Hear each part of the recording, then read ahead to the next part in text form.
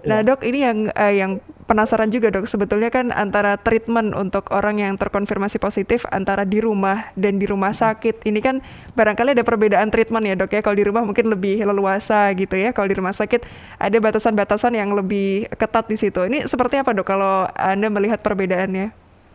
Ya kalau memang secara fisik tidak terlalu berat, ya mungkin di rumah itu lebih baik gitu Mhm, ya, karena kita, beraktivitas seperti biasa. Karena kan, kepikiran ya kalau lagi sakit tuh kan pasti kepikiran. Seperti betul. kebetulan suami saya juga bukan dokter gitu ya, bukan tenaga medis. Jadi, beliau juga, apa namanya, ada masalah ini tentunya beda gitu ya, sedikit Iya. beda dengan, yang paham tentang kesehatan. Jadi, apa namanya, ya cerita. Nah, kemarin itu sempat ketika tahu anak-anak positif, Mhm. saya sempat, bilang sama suami saya, "Ya udah apa anak-anak dikirim semua aja ke rumah sakit," gitu ya.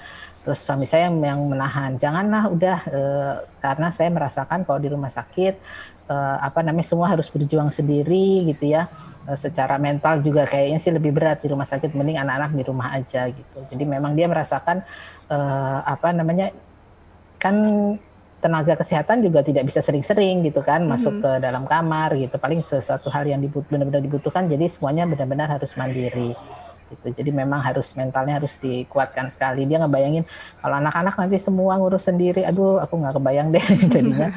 Akhirnya kita memutuskan kalau anak-anak di rumah saja gitu ya.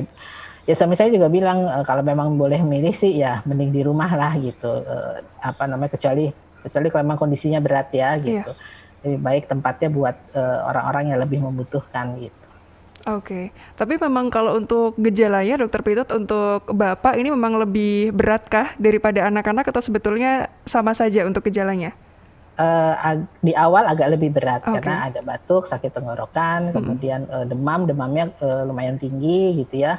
Kemudian akhirnya ya sudah kita kirim ke rumah sakit karena usia juga kan, Iya. apa, untuk dewasa kan lebih resiko ya. Mhm. Baik, untuk makanannya Dok, ini juga Mhm, barangkali ada jadi ketakutan untuk pemirsa TV-mu begitu ya, ketika misalnya butuh mhm. isolasi mandiri di rumah sakit, wah nanti di sana makannya gimana gitu. Nanti apakah tadi dikatakan kan harus mandiri gitu ya Dok, ya ini seperti apa untuk pelayanannya sebetulnya kalau dari Bapak ceritanya seperti apa Dok? Iya.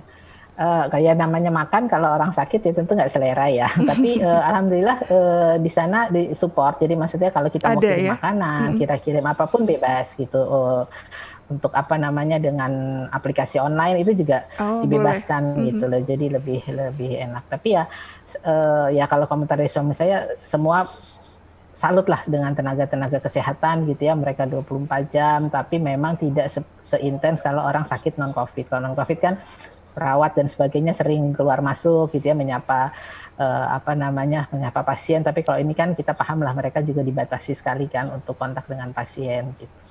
Itu sih, Baik. tapi ya secara umum sih, ya kalau untuk memang membutuhkan itu, pelayanannya baik.